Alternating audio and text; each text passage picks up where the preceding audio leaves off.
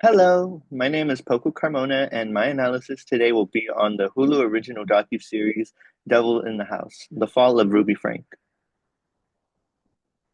I chose this video because, as someone who grew up having to deal with social workers and living in a household where mental health was not a priority for children, I'm a huge advocate for children's well-being, especially if the children is being abused due to parent or guardian's pursuit for fame or power.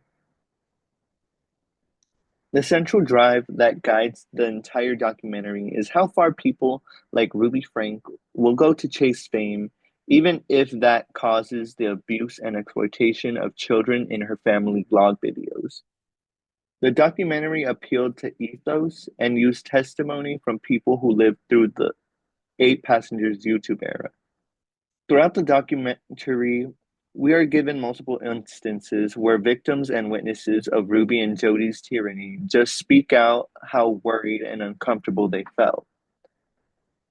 One moment that specifically called out to my attention was how Kevin, the father, would actively confess all the stuff that he willingly knew he was doing and how he felt, especially when Jody Hildenbrand was around, how he felt it was his obligation to prove himself worthy to come back into the house after Jody manipulated Ruby into kicking him out. The documentary also appealed to pathos and used vivid descriptions of and imagery of describing or showing the lives of everything the children went through.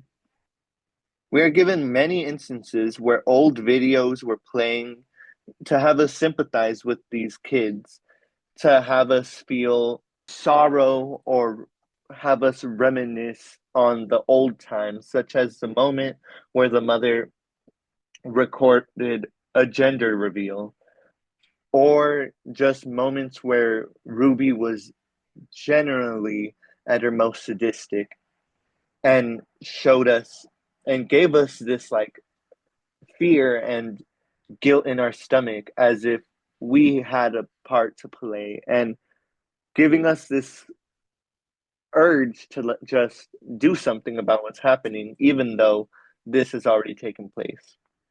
As you can see here, these are many instances throughout the documentary that shows us not only what Jody kept in her videos, but when Jody didn't stop recording, the stuff that she had cut out. In this instance, this photo is of her son Chad not having enough energy to talk about what they're going to do in today's video. And Ruby constantly pressuring him, I need you to be cooperative with me. You have an obligation to this. And it's just heartbreaking to see how she could just do all of this. These are all my sources.